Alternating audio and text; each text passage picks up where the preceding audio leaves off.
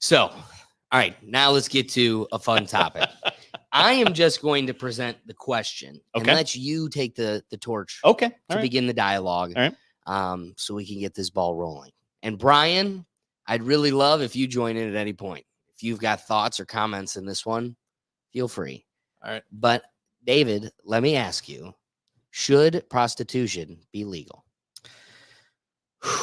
Man, this is a loaded question. I thought about this here. Well, this is always a topic that I think to myself every now and then, like, what are the logistics of this? Should it be? And my answer is yes, it should be. But I have a lot of concerns. I have quite a few concerns. But let's start with the principle of the matter first. Like we've seen with alcohol, marijuana, when we make something illegal and we take away your agency to be able to participate in it, especially if it's not we'll call this a victimless crime for now, based on alcohol usage and tobacco usage and marijuana use, drug usage. It's victimless crime. Based on that principle, yeah, you should have agency to do what you choose. And then on the other hand of it, especially with like labor, so we work hard labor, you do dangerous jobs, you put yourself in harm's way, military, law enforcement, firefighting, coal mining, construction working, and then all even, Alex, I know you're putting your body on the line here while you're sitting hunched over on your desk typing. I've seen that posture, but catching on. But sitting in an office will kill you. It will. It slowly does. So when we put our bodies in harm's way like that, we have the agency to be able to choose. Well, I don't want to do this. I'd rather do that. And that's part of where I see the prostitution kind of intersects on both of those. And we should have the ability to be able to remove the black market away, remove the bad faith actors, or at least put a spotlight on the bad faith actors, and then work towards making it as safe as possible, as as legal as possible, and as fulfilling as possible as well. Because I think there is a place in society where sexual needs need to be relieved for the general health and safety of the general public. Just like you have like cabin fever is a real thing, and what we noticed with 2020. And the events that took place there was a lot of cabin fever. And there's some unintended consequences that come with sitting in your house all day. As much as everyone likes to say, hey, this is absolutely wonderful, I love sitting in my house, it's a great place, you don't want to do it every day. So when we kind of take some of that cabin fever aspect and put it into, some more natural urges, being able to relieve that and having a environment that is safe and willing and accepting, I think would go a long way to probably taking away some of the crazies in our society. But, and this is a big old but, we're talking about prostitution after all. I do have a lot of concerns with grooming. I have a lot of concerns with taking major metropolitan areas and giving them their own red light districts. I have a lot of concerns with the new spread of STDs and just the general degrading of society on one end. But I think that's probably the extremist view. And more likely, really, are we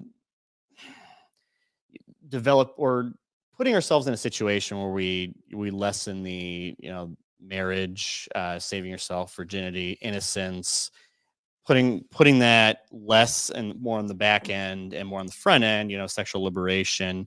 As I think we've seen, and I think there's enough evidence out there now that going all in on sexual liberation is not the key to happiness, like a lot of people seem to have thought it was. Like philosophy thought it was. When we take it on a macro level, I don't think it works that way.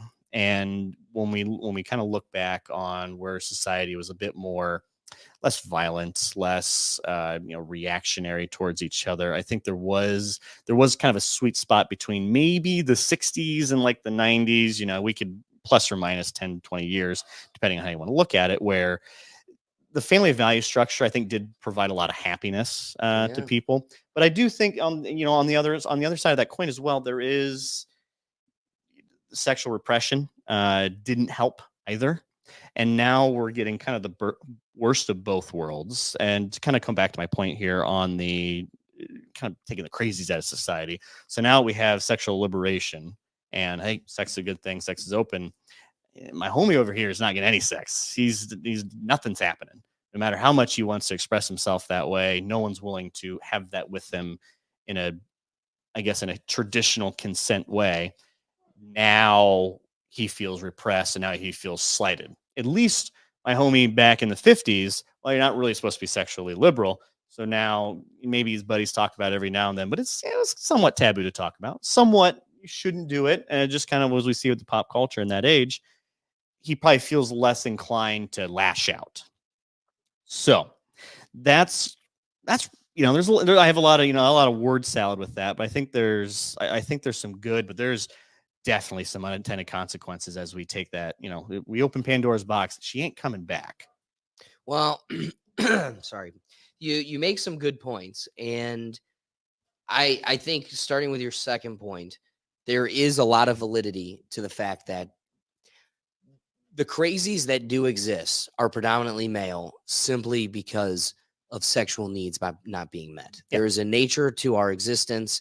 Not being able to fulfill that brings a psychological break.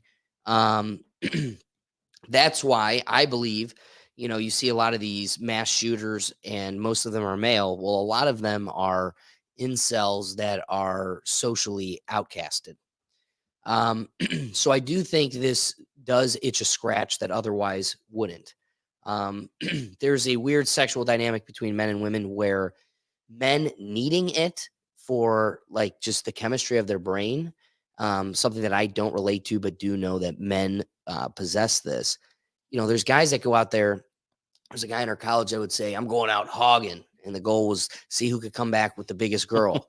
Like the standards aren't there because we just want to get laid. Yeah. That's the guy mantra. So there's a lot of girls out here that, look like tops where their hips are the size of a hula hoop. And then it comes down to like their little pointy feet. And they get to think that they're higher on the sexual market than they ever would be simply because and then they think all guys suck because guys are just here to get a nut and never see again. But the reality is it creates this false sense of value in the sexual marketplace. Yeah. Whereas men get no experience like that. If you are not valued, you don't see anything. And where you fall on that scale directly dictates how much availability you get to experience. So lower you are on that totem pole, lower you are experiencing that. Whereas women, lower you are on that totem pole, there's still an Abercrombie model that's drunk and wants to have a stupid night. So you end up thinking you're more valuable than you're not. Well, guess what? The harsh reality check that all of those men have to face do result in oftentimes a psychological break if and when it gets to a point where they can never fulfill that. Is that an excuse for creating a market that has so many negative symptoms? That's a real question. That's a really good question, in fact. I do like your point about bringing up how sexual repression didn't help. And it's worth noting, as I kind of present the inquiry, that like, you ever been to Italy?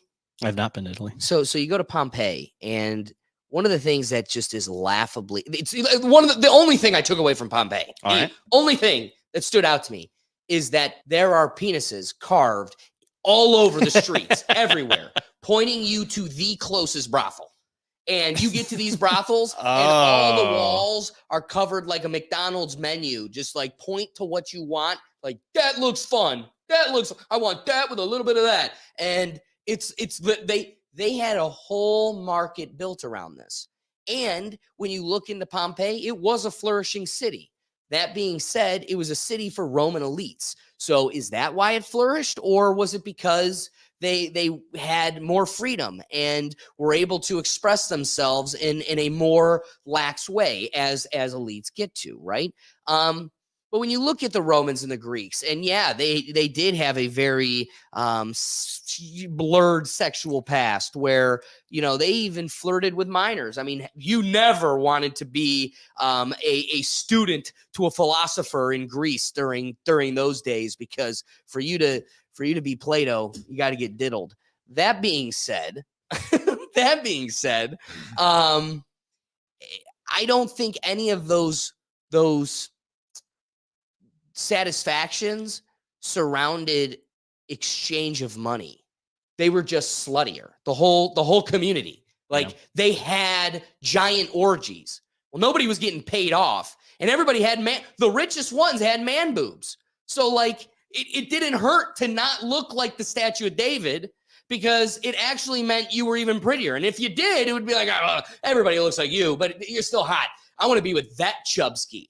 So like the way we considered body images were different. So I think the sexual dynamic was different. It was more status and financial backing versus, the peacocking that we experience today. So when you look at those types of communities and go, those communities were able to flourish and they were able to allow these types of things to exist in their community, you have to ask yourself, where do you want to draw that line? Because it also had a lot of other grosser shadows that lurked within it. Yeah. Most important thing, bringing it back to this century, is why that subject even resonated with me. You know, there's this huge, crazy marketplace in Independence that just, like, all of the crime in Independence is predominantly because of those hotels. Independence, Ohio? Independence, Ohio. So you've got Rockside Road, surrounded by hotels, right on the freeway, so you could get to the Cleveland airport. Quick and easy, but still be removed from the city. So it attracts a lot of the riffraff. It's not all prostitution, but that's a huge, huge piece of the crime puzzle that they're stuck trying to clean up, all surrounding these hotels.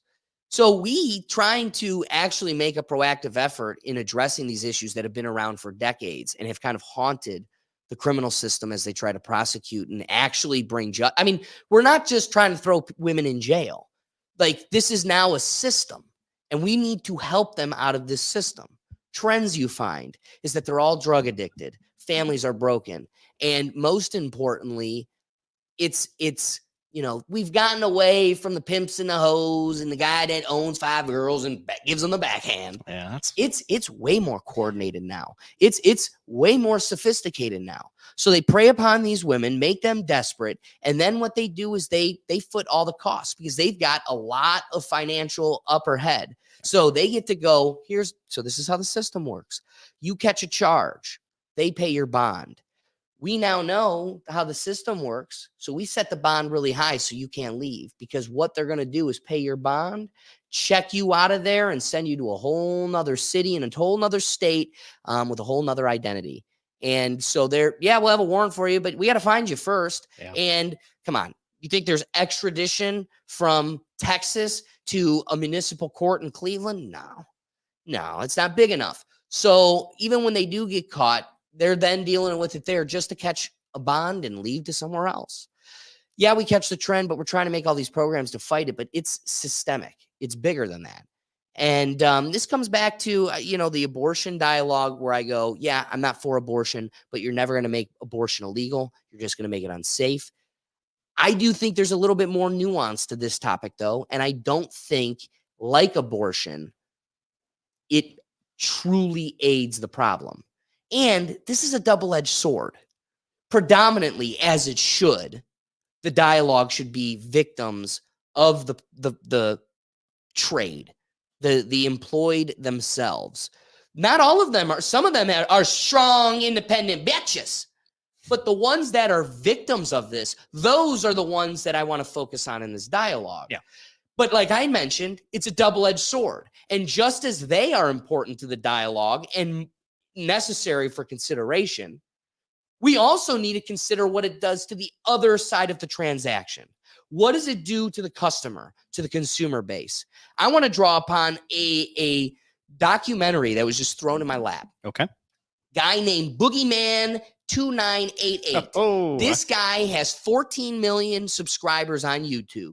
You go to his YouTube and he has 58 million views. Fat guy breaking an Xbox. Fat guy. I mean, he's just exploiting the shallowness of the internet, meme culture. And he's just this 500-pound obese man.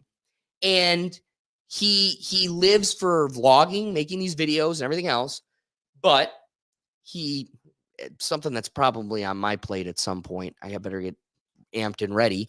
So he pissed off one Redditor that went through all of his content and found every single time he said something racist, hateful, dangerous, criminal, and some of it's gross. I mean, I'm in no way coming to this guy's defense. So then all these people started bombarding his supporters, like the ads, and the Redditors would tag the Reddit feed to everything until finally he's lost almost every ad prospect. So now the guy who lived for no tomorrow, didn't save, now he's got none of the money left. He's got, a couple $100 to his name, and he's living YouTube paycheck to YouTube paycheck.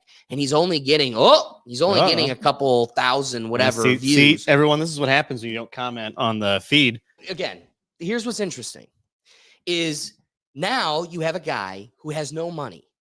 And the first question goes, what happened to all that money? Guess what this guy did? And it's this whole diatribe, pulling on your heartstrings of like, I never got to, I might have slept with cute girls, maybe, in Arkansas 6, but never in LA 10.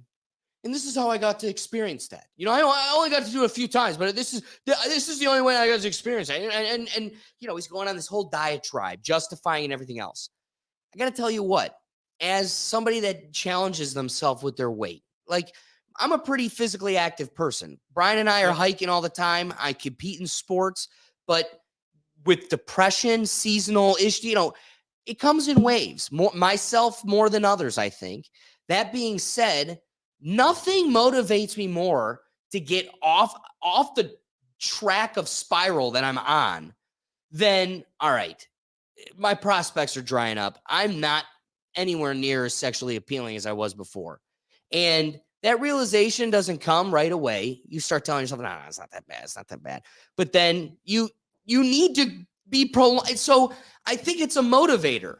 You don't get to look 600 pounds and get $500,000 annually and just piss it away because one of the hookers said the guy ate 2 to 3 entrees at these expensive marble room dinners. And it's like, she's like, that in and of itself was grotesque, but then like to pay for it all and all, it's like, so I get it, but it's also why the way you look, the way you do, it's also called willpower. Yeah. So again, I brought up the sexual appetite of men and why it tips the scales of like people's perception, women's perception on where they fall on that line. The reason I bring that up, it still could be said, it's moot. As I said, I don't relate to those men. Because if you meditate long enough and have enough, I don't know, appreciation and value in yourself, you can have some willpower and have controls over the chemistry in your brain. It's an addiction like anything else. Yeah, it's like if you're just trying to really, like you're jerking off too much. Tiger Woods, right? So blind. if you could buy it like a casino, then you're going to get addicted to that, just like you could cigarettes, coffee, or gambling. Yeah. So on that end, I see it like as that, but we have cigarettes, coffee, marijuana, gambling. It's, and have we seen society degrade to the point where we can't function anymore? We're all just coked out on the streets. Not really. I mean, in some places they're bad, but I'd argue they've kind of always been bad and they were just as illegal as they were before. So, but where I think some of this also comes into is we now commoditize sex. It's no longer just this wonderful thing where I build a relationship to have sex and it's either more fulfilling or I really got to pay out the ass to get sex because it's, illegal. I have to go through some back channels to do it, or I really got to spend a lot of money to get people who are not really into it. Like if you were to offer any hot chick at a bar, $1 million in cash, you go, well, I just sleep with me one night. They probably take it. That's nowhere near probably what the market would be if it was commoditized. Because now half the population can at any moment be able to give, receive, or do what they need to do to get like $100. What does that do to the self-esteem of women? Right. When they're all of a sudden they go, oh, I can make all this. Oh shit. Or as they start to age, sorry, ladies, but age starts hitting you a little bit quicker and harder than it does men. What happens when you start feeling that deterioration and like now like you are financially living your nature running its course on? I think strippers would have it would be a, I don't know, a safer environment, I guess, because strippers are put in a position where they are vulnerable, they are nude, and there are some backshade deals that are very gross and that was very distracting. And shady. Also, I think this would be a huge thing for taxes if it was legalized. I think government would get a lot of money. And half the population be able to monetize themselves to a degree. Let's just say we do, like, for example, OnlyFans, but it's a anyone can just do it. You just got to do the transaction through OnlyFans, so it's regulated that whatever. Well, now you're just the tax base. I wonder, based on like alcohol, cigarettes, tobacco, gambling. Oh yeah, it explode pretty quickly, and then God damn it, the government would get real addicted to that type of money. Yeah, it'd explode and it would get real messy. It would get real moist. Yeah, it's a sticky situation. Yeah, it would probably have some unintended consequences. Hopefully not 9 months from now, but tough job. Well, that's another thing too, because we can't have. What happens to the babies of the trade? Yeah, like, is that just like Nick Chubb snapping his leg? Like, oh, you got a baby. Oh, you got a broken Achilles. Like, this is just something. This is a symptom of the trade. Like, well, we have the best doctors. But again, this comes back to Don Lloyd's point. Got to bring him into it. The guy that just hates abortions. It's like, again, when you say make it legal, you still want it rare and effective. Okay. But it's still legal. And when you open that gate, Pandora's box, you can't close it. And so how many of these things feed each other? You make drugs illegal. Now you got drug addicts that are easily manipulated or taken advantage of, who go into that can be coerced into the sex trade, who then have babies that we murder and slaughter across the town. Like, again, it's your body, your choice in all of these sectors. And at some point we need to go, it's not the state's place to intervene. At the same time, though, you don't get, this comes back to taxes and your freaking dog. Like, you don't get to come to me for money then. That's the key. Yeah. If he gets to pay you for a blowjob, that's fine. If he's going to nut in you and you're going to kill the baby, also fine. But when all of this leads to a state where you can't take care of yourself or your kin, you don't get to come to me with your palms out. So, yeah, I agree. Taxes will be booming, and this will be able to take care of a lot. But like Colorado and its weed, those taxes should be used to pay for the entire school system as a look what we could do. But if you're going to be taking all those taxes to pay for all the slew of babies and gonorrhea that's floating around, well, I think we may have created a bigger problem. But we got money. One of the things that sits with me is I really want to go back to my point. You've got these politicians in our local area that are scratching their heads and working hard to make an impact. And they're trying to create these programs. My question for you then begs, does creating or this system or legalizing it in a structured fashion break the chain of trafficking and these systems that already exist? Like, something we're experiencing, weed's going to become illegal. Well, there's a plenty of people that have already been in the business illegally or medically, whatever the case may be, and they're already set up to take over the market as soon as the gates open. So do you think these people are just going to go away? Wait. So I was just selling it for a dime bag and giving half of and a dime bag and $200, and I was giving 100 of it to my guy. You think she's not going to continue? Oh, you know what? Now that it's legal, I'm going to go into haircutting. Like, no, they're also going to continue the trade. So part of me feels like So back to the question. Yeah. Does this break that train of trafficking that already exists, or can it perpetuate it? Back to stripping. Stripping exists. Stripping is legal, but we know of many legal facilities that are manipulating and taking advantage. You said shady, taking advantage of their workers, and there's definitely some that are being illegally coerced. That all being said, stripping's legal. Should we have it? And then this goes to my even bigger question. I want both answers. So the trafficking one, but this is even most important. Okay. And this comes back to the state, and this lends itself to why maybe it should be legal. Where do you draw that line? You can dance on a stage and have your titties out, and then I can pay to have you shove them in my face. But the second my face goes, 2 feet lower, I'm catching a case. So that's weird. OnlyFans is quite literally this, but through a digital screen. Yeah. Now, what happens when we live in an Oculus world where I can throw the device on my head and I'm paying for you to be jumping on my lap? At the same time, though, you're not physical. You're not there. Like, same exact act, but I did it with a plastic thing on a camera. But because of VR, it's the same exact. You buy a VR that comes with a fleshlight. How is that any different? Same actor. She wants to now, you are my highest subscriber. Now I want to do it in real life. Whoa. What's the difference? So I ask you this because it also plays upon where do you draw that line and who do you give the power to draw that line? Maybe it should be us in our community. Maybe Pompeii chisels the dicks all over the city and you just choose not to follow them.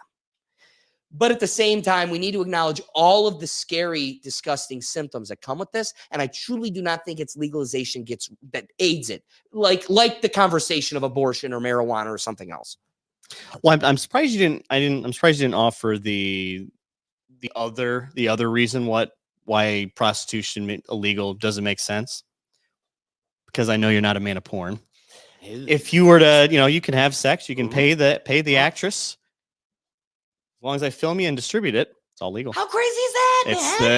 There's just one extra step, too. And it doesn't even need to be like this.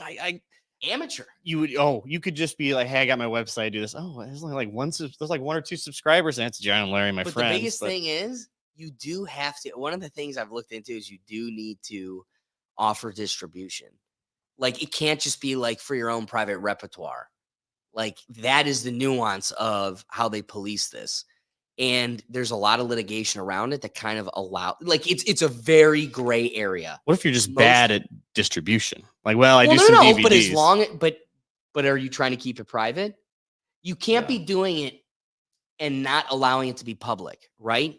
So no matter how you're distributing it, there needs to be an effort for it to be public, or it isn't. But then that doesn't fit the Supreme Court's definition of pornographic. Yep. So there's your balance. There is a literal definition of pornography. This fits it, but it isn't being distributed as you see or how you feel is necessary. So it isn't that it's legal for me to have a glass of whiskey, but my glass of whiskey must be drunken publicly. I can do it however this is legal. So if I'm allowed to hold an image of you, why does it need to be public? So that's the thing that's constantly being sorted out in courts, because it's a sticky situation, because it quite literally is the legal loophole to prostitution. It's interesting. I think that's why you have a lot of these. Well, again, I know you don't watch a whole lot of porn, but as a degenerate like myself and Brian over here, it's probably, I bet there's several very popular channels that are just essentially just prostitution, but we got to sell this out for here for you. Dang. And they make money off the side of it, which is, God, imagine the porn addict who figured that one out. It's like, well, I could do this, that, but anyway, now that your mind's blown here, let me literally, baby. Go to your local YMCA and support your community. So let me answer the first part of the trafficking thing. So with any employer-employee relationship, it is, I think the key difference between that and we'll call it slavery or trafficking is consent.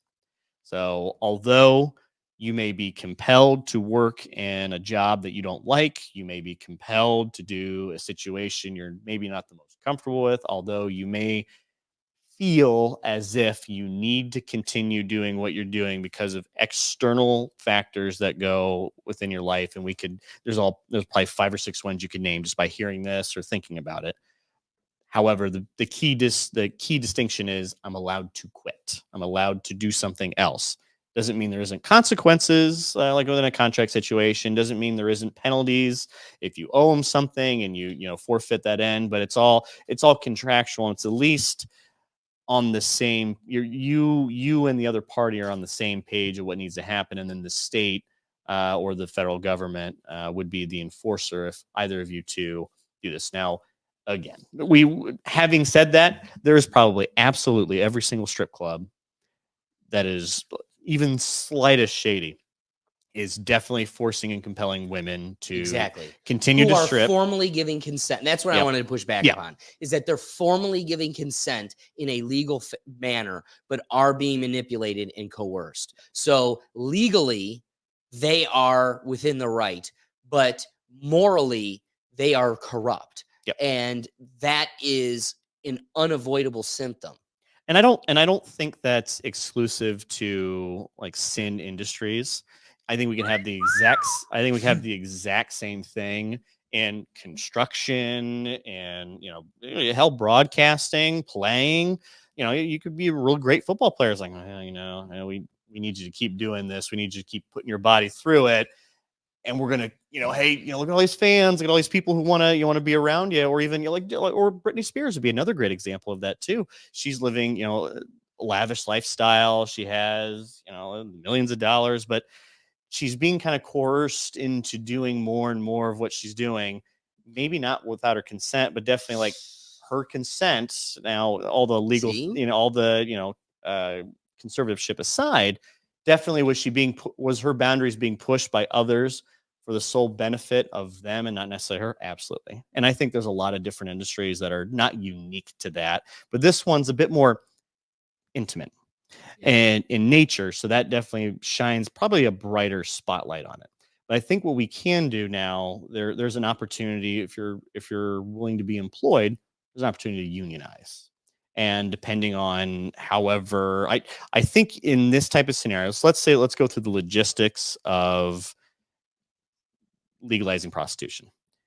I think you have to be able to unionize in whatever situation you are in that type of environment. If you're working for a corporate house, you're working for a local house, you got to be able to unionize with everyone. There's got to be a contractual agreement so everyone's on the same page. I don't see how legislation makes it through without that specific part being the crux or the keystone thing to hold it all together. Or else you just get more of the same, but now it's you're putting your genitalia online. So, but as we've also seen too, there's people that groom, the military grooms people into they just call it recruitment. That's the difference between grooming and recruitment. Wonder what that hazing would look like. Yeah, one's illegal, one's legal. So it's the same thing. We get shot at it in different directions, but now one is I can at least know what's going on and I can criticize it versus I can't criticize grooming outside of just knowing it exists. I can't go to, I can't go to Matt over at the, supermarket or at the bar and be like, hey, Matt, I don't really like the way you do your recruiting. It seems a little bit gross. My daughter's looking into it. And I don't agree with that. Where Matt's doing this under the table and the daughter's not forefront about it. Okay, well, now we're in different scenarios, but that doesn't mean the daughter's going to be forefront. And that doesn't mean, Matt's going to be able to change his ways, but at least you have like they always say, like sunlight's the biggest disinfectant. And I think this is one of those ways where you cut out a lot of the garbage. It's going to be there.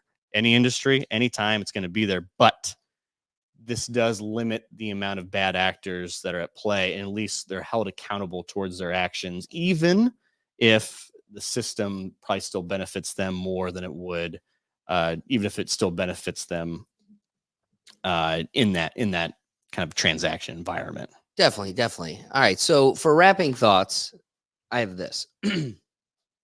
I think there's a big difference for consideration between legal and morally bankrupt. Should it be legal and is it immoral are two totally separate questions.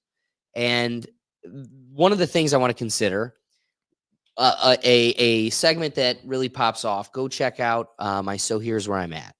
And one of the ones that I did was on NPCs. There's this whole culture being created right now where people are going on TikTok and they're just acting like weird little robot NPCs, and they're just dancing monkeys for their audience. And people are curating like thousands of people watching them that are making them dance. Well, every time they get a gift, they have like a little dialogue act that they put on. Oh, thank you for the ice cream.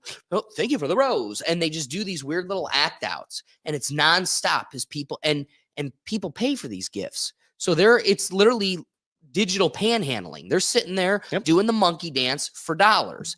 And I go on a long dialogue on how I think this is unhealthy for society. It creates bad habits. And, I feel bad for how these people have been bamboozled. Nobody's going from that world to Tom Hanks, or else Tom Hanks would be doing that. If Tom Hanks could make Tom Hanks money, he'd be licking the ice cream for you. But you don't go for, but they've got you in a ruse thinking that this is your stepping stone to stardom and fame. And it's also paying the bills right now. There's a guy I've watched that quit his job to be doing this full time, and he's making enough money to make ends meet. But what does that lead to? Like you said, you brought this up earlier. At some point, it's no longer a fun little side hobby. And when it's a job, like, Ubering or anything else, you got to wake up in the morning. It's no different than having any other conventional job at that point. Yeah. So I don't think the symptoms of that world are good. And I don't want to bore you, because it is a 25-minute conversation in and of itself about why I don't find that to be the most healthy or moral aspect of society. That being said, I would never make the argument that it should be illegal. So we do have a society where actions and options for you are morally bankrupt. But that's why I think the answer isn't allowing the state to be the great decider. I mean, go back to that episode I brought up. The thing is, these women are these people, but specifically a woman who has an OnlyFans, so she can piggyback off of that too. Yeah. She's making bank, hundreds of thousands of dollars a month, so millions annually. Why wouldn't you do that? Like, why would you go flip a burger when you could do that tenfold? Oh, absolutely. So that all being said, I'm not going to take away from get that bread, you get yours, girl. At the same time, though, you don't get to come back to me to foot the bill when the whole house of cards tumbles. And that's how this all comes back to. We need to create a world where we all live together. And again, if this means you're not going to shoot up my school, then maybe I let you catch a nut. Yep. At the same time, though, I said, as I brought up multiple times throughout this very nuanced conversation, it is a double-edged sword. And so this isn't only bringing negative symptoms for the employee, but it's also going to create a negative appetite and symptoms that come around with it for the consumer. And we need to live with these people. So where the person can refrain, have willpower, or is high enough on the sexual marketplace to not even need it or consider it, well, that person's still going to need to reside in a city or in a society with Boogie 2988, where he's willing to give $500,000 annually to taking pretty girls on dates that he otherwise never would. But at the same time, why is that a communal relationship any different than just a billionaire? Jeff Bezos isn't sexy. Elon Musk isn't sexy. They have billions of dollars. So an actress in Aquaman sleeps with you not because you're an Abercrombie model, but simply because you're worth money. And for that resonates with us, of course. Well, why? It's just as reciprocal. It's just as leeching as if I were to but again, I cannot stray away from there's so much money in this that, like, again, the dog, give the guy the dog when the whole city piles together and donates thousands of dollars for Officer Bob to keep his dog. Well, then we all voted. That's my society. This is libertarianism. This is totalitarianism and liberalism. We let live and let live. So if I'm outvoted and all the people threw in $5 for Officer Bob to have his canine, then have at it. So if all the people want to just throw in their $5 to get all slobby knobby, then have at it. At the same time, though, there are symptoms. They are harsh. And you don't get to go from those that refrain. You don't get to come to those who refrained or don't need the assistance with your palms out begging for more. That's the only caveat or contention to my allowing or agreement to making it legal. Yeah, very well put. I think on my final thoughts on this as well is I think we've seen enough industries to where like stripping is let's call it prostitution without insertion.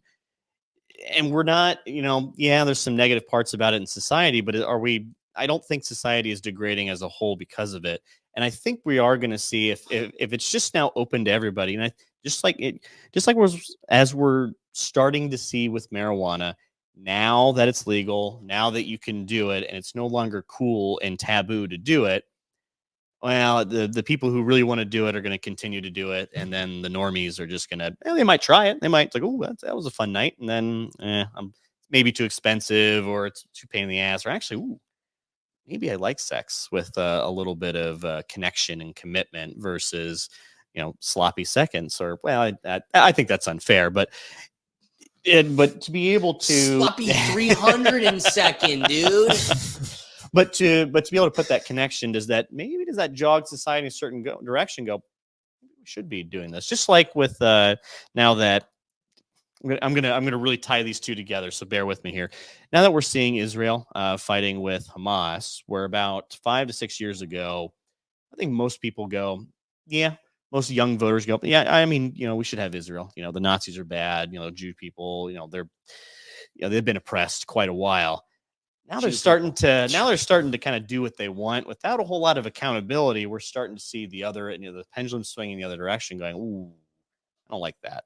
I don't like that at all. Maybe we need to hold these people a bit more accountable to their actions, and instead of just letting them go. Even when I was sympathetic to their cause, maybe 5 to 10 years ago, I think we're going to start. If we were to make this legal tomorrow, I think we're going to start seeing that in the other direction. Where maybe does it improve society? Maybe just a little bit. And gives everyone a boom at first. Yeah. I think that's where I would probably land on. It still needs to be legal, but boy, there is a lot of obstacles. And like another thing here too, I don't think you can have 100% legal prostitution without abortion also being legal on the other end of it. Exactly, which is crazy. Yeah. Which is crazy. Now, before I flip to Brian, and if you have less thoughts, I'll pass it. Nope, I'm probably just going to end it right there. Before I give it to Brian, one thing that you triggered in me is you talking about, you don't think this brings a degradation of society. One of the things I definitely wanted to bring up is I do think sexual liberation, as you presented at the beginning of this segment, has brought a deterioration of our society. Not to one where it's crippled us, but it could lead to that, but it definitely has gone down. Another thing you brought up, though, is I do think once it's legal tomorrow, I do think you see a happier benefit across the board. But one of the things I want to really end my dialogue on is, where do you draw this line? And this is that state intervention versus you just having your own moral compass to know to refrain, just like abortions, especially if they're going to be tied to each other legally in its own weird respect. But Brian had a dialogue the last time we went for a hike about how he got a massage and all the benefits that it brought to him. Like it really loosened stress and tenseness, and there were knots that he didn't even know he had. It brought him satisfaction. Not so much satisfaction that mayonnaise was sprayed anywhere, but it still brought him relief and satisfaction. Why is that illegal? Why can a mom just Craigslist that, like, hey, yeah, I got a table. I'm good with my hands. I got lube, but it goes on your back. And then you leave looser, goosier, and admit, Brian, before I pass it off to you, admit that you were a happier, more relieved person than before, prior to that. Yes. Boom. So that being said, it would clearly have a benefit. Yeah. We have it anywhere. Like, I had a little thing growing on my eye. The doctor cut it out. It was just a little, whatever, pus thing they cut out. Yeah. Just boop, it's cauterized it over. That did me some good. Yeah. Why can you scratch that itch, but not this one? Now, again, it's because this marketplace, it being such an integral piece to the human nature experience. Like we need it. And there's a predatory and prey aspect to the whole thing. Kind of like ducks. We've got like curly Q penises and we just take it and you can't leave. Like it's one of those, we need it and it's for the sake of humans. That's the thing that like, you don't need a back massage for the sake of humans. So where do you draw that line? This girl can make $1 million a month off of OnlyFans or making a future Oculus video. But the second it actually is on your lap, it becomes illegal. It's still being scratched, but what? It was just done at a different date. So it's a weird thing because we never brought up the massage, like the physical parts that are still legal, that are just second nature to our community. When they flew out the podcast for us to do an episode in Los Angeles, we went to the Wee Spa, famous Korean spa in Los Angeles. And one of the things that we did was get a massage from an old man that knew old Korean man that knew what the hell he was doing. I wouldn't want his job, but to him, it's just another day at the office. And he's seeing gross me and even grosser people and even prettier people, all men. I don't think he has an appetite for any of it. He's a pretty traditional Korean old man, but it's just another day at the office. And to me, I was walking on clouds. He had this like sandpaper pad that just like was ripping off dead skin. I left that thing rejuvenated. Giving me a Los Angeles 10 and like 15 minutes would also leave me just as rejuvenated. What's the difference? It's fair. The only thing that could be different is a systemic a business organization that can manipulate, coerce, or take advantage of that worker, where this old man is not experiencing that because there's no appetite for that to even be a symptom of it. That's my final thought. Brian, wrap it up for us. Soft opinion on a hardcore topic. I'm going to go with, I lean towards, because it's a soft opinion, legalizing it. I see a lot more totally benefits. Flaccid opinion. Yeah. I see a lot more benefits than half chub there. Just being friends with it. So thanks for watching this clip from the Re-Think Tank Live. Join us every Tuesday at 7 p.m. streaming across the platforms on YouTube, Rumble, X, Twitch, Facebook, LinkedIn, and TikTok. We do our best to promote user engagement, and we want you involved. So be sure to bring your perspective live so we can get you in the dialogue. See you then.